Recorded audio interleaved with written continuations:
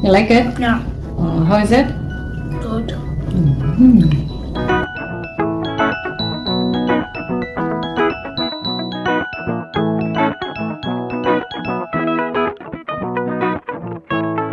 Napansin ko lang recently na si Manfredi ayaw nang kumain ng yogurt sa umaga, kaya naisipan kong gawa ng paraan at nang hindi masayang. Gumamit lang ako dito ng honey, milk, flour, butter, egg, at konting salt. Nag-brush lang ako dito ng napaka-konting butter at ating ilagay ang ating mixture. Pag golden brown na yung kabilang side, pwede na natin itong baliktarin. Nakaka-amaze talaga ang superpower ng pagiging ina, no? Kahit ano ay gagawin. Makita mo lang kumakain ng maayos ang anak mo, goods na tayo dyan. Maglalagay lang ako dito ng konting confectioner sugar at ready to serve na ang stracciatella pancake ni Manfredi. Enjoy your breakfast, amore!